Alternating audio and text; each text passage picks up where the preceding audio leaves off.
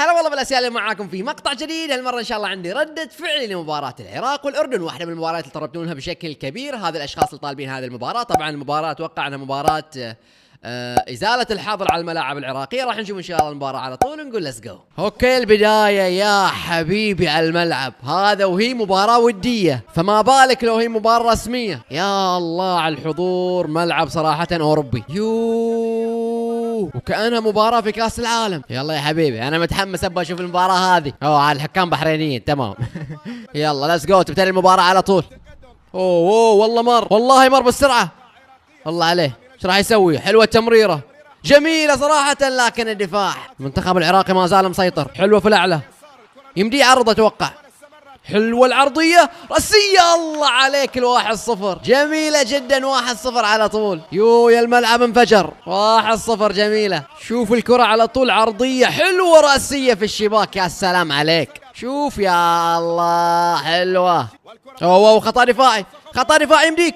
اوه والله شالها الحارس. شوف كيف ضغط على المدافع وقطعها على طول وصوبها من زاوية ضيقة، لكن صعب الدش. حلوة العرضية، كانها بعيدة. حلوة. اوه دفاع، عرضية بس. اوه يا التمويه، عرضية ممتازة. الدفاع شكله راح يصوب، اتوقع بيصوب. لا وين، جميلة جميلة البينية، لكن لحاله كيف راح يمر. والله مداه حلوة، ما فيها فاول لكن خطيرة. لا ما في مساندة. اوه يا تغيير الاتجاه، استلام حلو.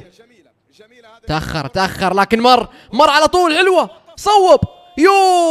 راحت الكرة. حلوة المحاولة صراحة، جميلة، راحت لكن جميلة. ركلة ركنية ممكن، راحت.